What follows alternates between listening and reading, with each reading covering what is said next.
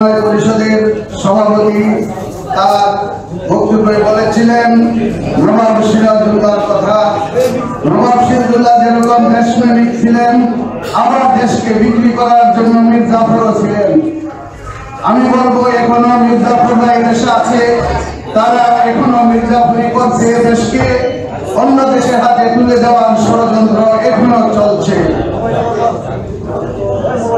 আরেকটি কথা তিনি বলছেন, নির্বাচন কমিশনকে বাংলাদেশের সকল দলের, যতগুলি দল আছে সকল দলের চেয়ারম্যান এবং মহাসচিবদেরকে একত্র করে নির্বাচন কমিশন পরিষদ গঠন করার জন্য আমিও এই কথাটিকে সমর্থন করছি। সম্মানিত অতিথিবৃন্দ, আমরা দেখেছি দেশে মত সৃষ্টি হয়েছে, সারা দেশে মা-বোনদের ইজ্জত লুণ্ঠিত হচ্ছে, মানুষের জীবনে নিরাপত্তা নাই, মানুষ যেখানে সেখানে লাশ হয়ে পড়ে থাকে।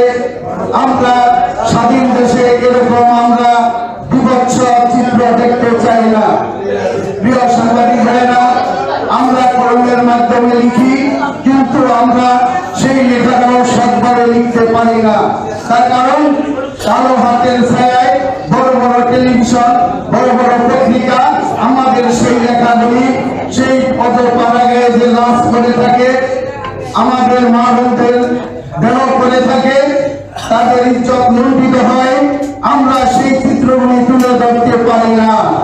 তার কারণ আমাদের পিছনে দেওয়াল ঠেক দেওয়া আছে।